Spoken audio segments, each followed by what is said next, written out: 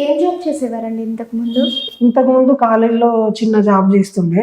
అది చేసిన ఒక 2 years చేసిన తర్వాత ఇక్కడ హైదరాబాద్కి వచ్చిన 17లో రైటింగ్ మీద ఇంట్రెస్ట్ తో అది వదిలేసి మళ్ళీ నేను హైదరాబాద్కి వచ్చిన.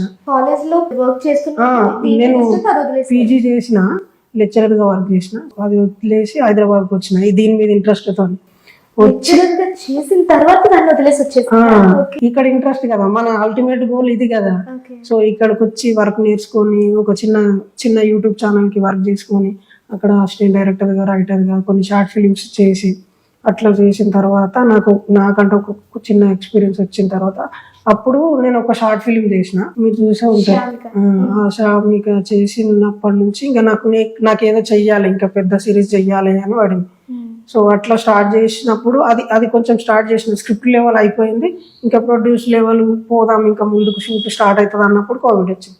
ఇంకా ఇంటికి వెళ్ళిపోయినా మనీ పెట్టేటోళ్ళందరికీ కోవిడ్ వచ్చి ఇంకా ఆగిపోయింది. సో అట్లా స్టాప్ అయ్యి నేను మళ్ళీ ఏం చేయాలో తెలియక ఒక 1.5 year మళ్ళీ ఇక్కడ తిరిగిన, Hyderabad to village to Hyderabad తిరిగిన.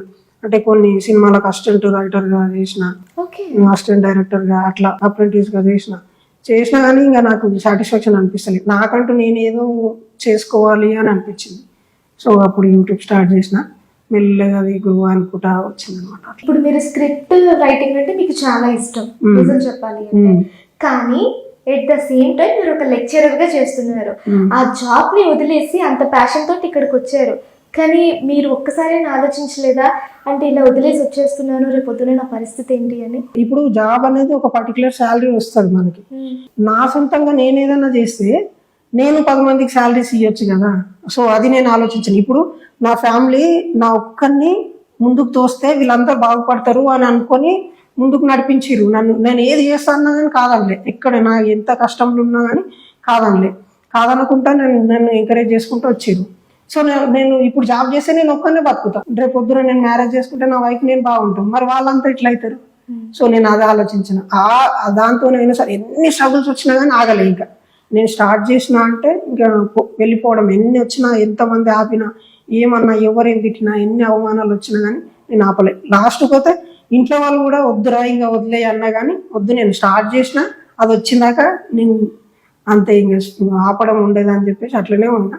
ఇక ఇప్పుడైతే మా పిల్లలు మా పిల్లలు అయితే మాకన్నా ముందే ఫేమస్ అయ్యారు. వాళ్ళు ఇంకా సూపర్ డూపర్. వాళ్ళ విషయంలో అయితే అందరినీ సాటిస్ఫై చేసిన.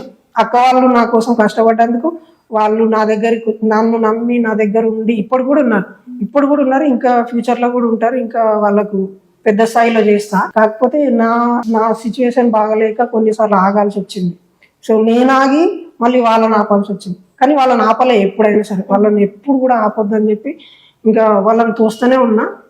వాళ్ళంతలో వాళ్ళు ఇప్పుడు వాళ్ళంతలో వాళ్ళు అయ్యారు, వాళ్ళు రైటింగ్ చేసుకోగలరు, వాళ్ళు చేసుకోగలరు. సో ఇంకా డెవలప్ చేస్తా, వాళ్ళని ఇంకా పెద్ద స్థాయిలో తీసుకుపోతా అట్లా అన్నమాట.